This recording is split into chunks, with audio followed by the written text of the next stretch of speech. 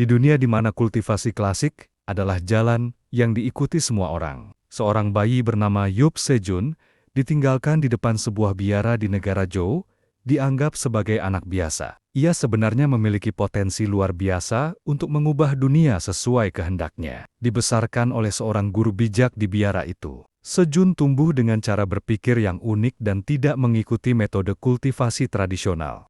Sejun merasa sangat tersakiti karena dianggap remeh. Dia pun memutuskan untuk mengaktifkan formasi dan mengancam Ju Domyung agar meninggalkan makanan di bawah gunung dan mengirimkannya dengan Qi. Jika tidak, dia akan menghadapi konsekuensi yang fatal.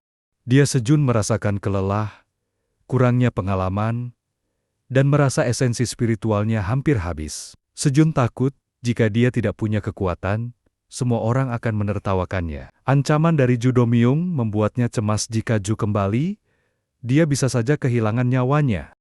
Mencari jalan keluar, ia teringat pada metode kultivasi yang ditinggalkan oleh tetua, yaitu menggunakan selandine tanaman yang dapat membantu konsentrasi dan menyerap esensi spiritual lebih cepat. Ia mulai berburu tanaman itu di area luas. Meski awalnya, kesulitan membedakan esensi bulan dari cahaya biasa. Penemuan dan terobosan. Setelah mencari lama, ia akhirnya menemukan selandain yang dikelilingi 3 daun melingkar seperti langit. Ia menggunakannya untuk berkultivasi. Meski prosesnya menyakitkan dan melelahkan, berkat tanaman itu, ia berhasil mencapai tingkat kedua Foundation Establishment. Ia merasa lebih kuat, meski tubuhnya masih sakit. Ju Domyung tiba-tiba muncul lagi, kali ini dengan sikap arogan, dan memerintahkan Sejun pergi. Ia menyadari Ju hanya mengejek dan menganggapnya sampah. Setelah mencapai Foundation Establishment kedua, Sejun berani melawan Ju Domyung. Namun, Ju dengan sombong mengungkapkan bahwa dirinya berada di tingkat ketiga Foundation Establishment, jauh lebih kuat. Ia mengejek bahwa Sejun hanya mengandalkan esensi spiritual, tanpa mengetahui satu pun formasi atau teknik bertarung yang sesungguhnya. Pertarungan tak seimbang pun dimulai. Sejun nyaris terbunuh. Ju Domyung bahkan mengungkapkan niatnya untuk mengubah Sejun menjadi boneka yang dikendalikan. Dalam keadaan terdesak, Sejun menyadari kesalahannya. Ia tak punya pengalaman bertarung, gerakannya kaku, dan ia hanya mengandalkan kekuatan spiritual mentah. Racun ungu Ju Domyung semakin membuatnya terpojok. Ju Domyung memaksa tokoh utama memakan sesuatu, mungkin pil atau ramuan, sebagai tanda penyerahan diri. Di saat kritis itu, tokoh utama teringat akan formasi perlindungan di dalam gubuk yang sebelumnya tak pernah ia aktifkan sepenuhnya. Sambil berpura-pura menyerah, ia mulai merencanakan strategi. Sebelum Ju Domyung memberikan pil, tokoh utama tiba-tiba menunjukkan sebuah lencana mandat tetua Yu. Ju Domyung terkejut dan tak percaya. Lencana itu asli, mengandung kekuatan tetua Yu sendiri. Ju bingung. Bagaimana mungkin seorang anak tidak berpengalaman diberi mandat seperti itu? Sejun dengan tenang menjawab, karena aku jenius langka. Saat Ju Domyung masih terpana, tokoh utama mengaktifkan formasi perlindungan di dalam gubuk yang selama ini tak diketahui Ju. Formasi itu mengunci gerakan Ju Domyung sepenuhnya. Ju marah dan merasa dikhianati, ternyata Sejun sengaja berpura-pura lemah dan tidak tahu formasi, padahal ia menyimpan pertahanan terbaik di dalam rumahnya sendiri. Kemenangan diplomatis, dengan tubuh Ju Domyung yang tak bisa bergerak, tokoh utama kini memegang kendali. Ia tidak membunuhnya, tetapi menggunakan wibawa mandat tetua Yu sebagai ancaman politik. Ju Domyung akhirnya mengakui kekalahannya bukan hanya dalam pertarungan, tetapi juga dalam strategi dan dukungan hierarki. Ladang obat akhirnya benar-benar menjadi milik tokoh utama, dilindungi oleh mandat tertinggi. Ju Domyung dipaksa untuk memakan pil misterius. Ju Domyung awalnya menolak, tetapi akhirnya disuapi pil itu. Pil tersebut ternyata adalah pil pengendali kesadaran, yang membuat korban memanggil si pemberi pil sebagai tuan dan menuruti perintahnya. Ju Domyung berusaha berpura-pura tetap dikendalikan, sambil mencari cara untuk melepaskan efek pil. Sejun tidak tahu berapa lama efek pil itu akan bertahan. Dia mulai berpikir, jika efeknya sudah hilang, Jo Dumyung bisa jadi ancaman baginya. Senjun tidak mau mengambil risiko. Tanpa ragu, dia pun melancarkan serangan kepada Jo Dumyung. Tanpa disadari, kepala Jo Dumyung telah terpisah dari tubuhnya. Sejun menatap tajam dan berkata pelan, "Mati di neraka yang paling dalam." Sejun melihat sesuatu yang menarik.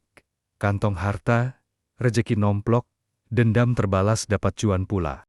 Kantong ajaib milik Jo Dumyung, dan menemukan banyak barang berharga di dalamnya. Batu spiritual sumber energi kultivasi. Manual pil pengendali yang menjelaskan efek dan cara kerjanya. Gulungan naskah dari Tetua Yu yang berisi informasi tentang upacara penerimaan untuk masuk sekte kultivasi. Senju menyadari bahwa Jo Dumyung sengaja menyembunyikan gulungan itu untuk menghalanginya ikut upacara.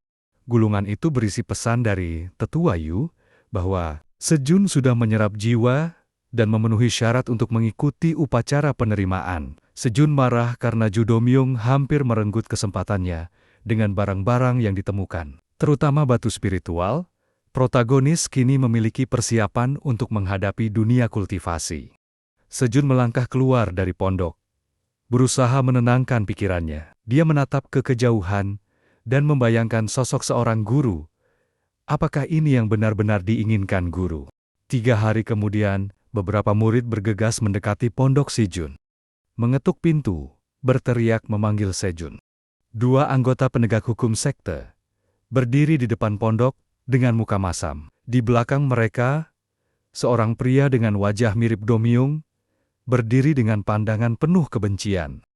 "Kami mendapat laporan dari Ju Hyomyung bahwa adiknya menghilang setelah terakhir kali membawakan makanan untukmu." Yup Sejun menahan napas. Ju Hyomyung, saudara Dumyung, ini konflik yang tidak diharapkan. Dengan sikap tenang, Sejun menjawab, "Aku juga khawatir, senior. Sudah 3 hari aku tidak melihatnya." Hyomyung melangkah maju.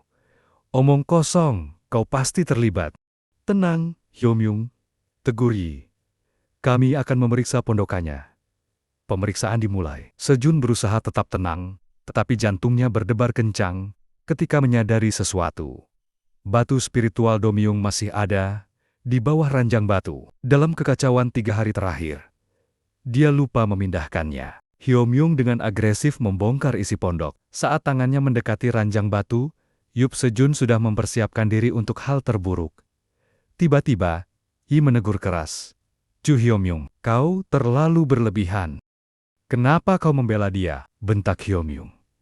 "Kau terlalu emosional. Ini tugas penegak, bukan urusan pribadimu."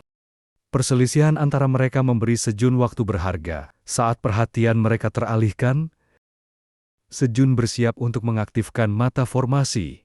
Tetapi pihak penegak mengancamnya. "Jangan bergerak sampai pemeriksaan selesai. Mundur. Jika tidak." Sebelum keadaan semakin tegang, suara berat terdengar. "Apa yang kalian lakukan di sini?"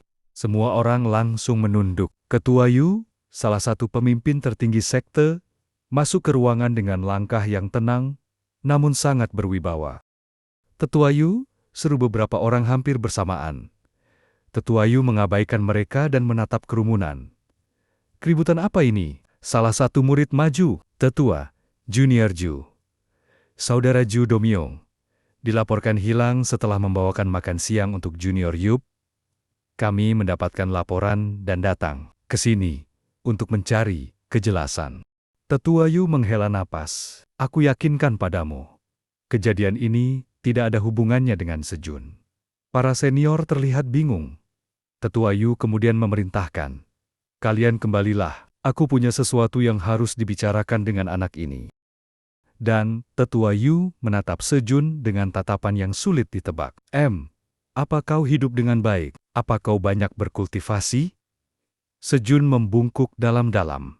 Hati berdebar. "Iya, tentu saja. Terima kasih atas perhatiannya, Tetua Yu." "Baik," kata Tetua Yu.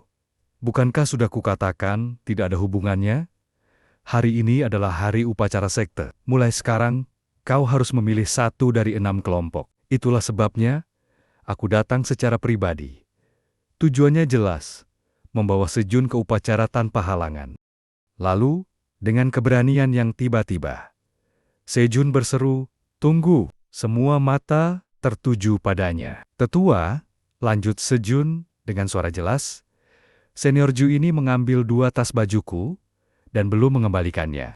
Senior Ju langsung membantah, "Kau, jangan bicara omong kosong." Tetua Yu menatap keduanya. "Apa ini benar?" Sejun mengangguk. "Saat aku pertama datang ke sekte, aku membawa 2 tas baju. Hingga kini, senior belum mengembalikannya." Senior Ju berkeringat dingin. "Itu, aku sibuk sehingga lupa mengembalikannya." Tetua Yu tampak kecewa. "Baiklah, jika hanya tas baju, Ju Hyomyung, segera kembalikan." Sejun berterima kasih, sementara Senior Ju terpaksa mengiyakan dengan malu. Setelah Tetua Yu dan Sejun pergi menuju upacara, amarah meledak di antara para senior. Ini adalah hari yang buruk. Aku merasa sangat mempermalukan diri sendiri. Anak itu beruntung. Senior Bang, seorang senior yang lebih tinggi, mendekatinya dengan ekspresi marah. "Ju Hyomyung, ini semua salahmu. Karena kamu, kita dipermalukan di depan Tetua Yu. Bukan salahku." "Kamu tidak mengerti situasinya," jawab Ju Hyomyung. "Situasi apa? Daripada menangkap Yup Sejun, malah kita yang kena masalah. Sudah jelas karena kau mencuri bajunya." "Hardik Senior Bang." Seorang senior lain mencoba menengahi. "Sudah, Senior Bang. Mungkin memang salah kita hari ini." Senior Ju menarik napas. "Kalau begitu, sebagai gantinya, aku akan mengatakan sebuah kebenaran."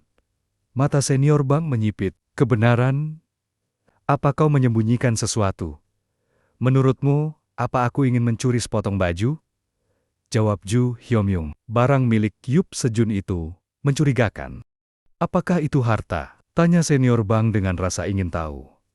"Aku tidak yakin. Itu hanya tampak seperti manik-manik biasa," jawab Ju Hyomyung dengan ragu. "Jelas," Senior Bang mendesak. "Senior, tenanglah, dengarkan aku," kata Ju Hyomyung dengan suara rendah. "Benda itu memang terlihat biasa, namun aku yang sudah mencapai tahap 6 Foundation Establishment pernah mencoba menghancurkannya dan tidak ada yang terjadi. Benda itu tidak tergores sama sekali." Senior Bang terkejut. "Apa itu benar?"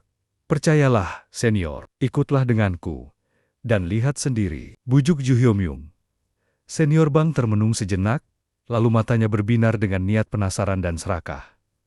"Baiklah, aku akan ikut denganmu. Tunjukkan padaku manik-manik biasa itu." Wah, gimana nih episode kali ini? Yup Sejun hampir ketahuan, tapi untungnya Tetua Yu datang tepat waktu. Tapi masalah belum selesai guys. Senior Ju Hyomyung udah curiga sama benda misterius di tas Yup Sejun. Kira-kira bakal gimana ya? Makanya, pantengin terus channel ini biar nggak ketinggalan kelanjutannya.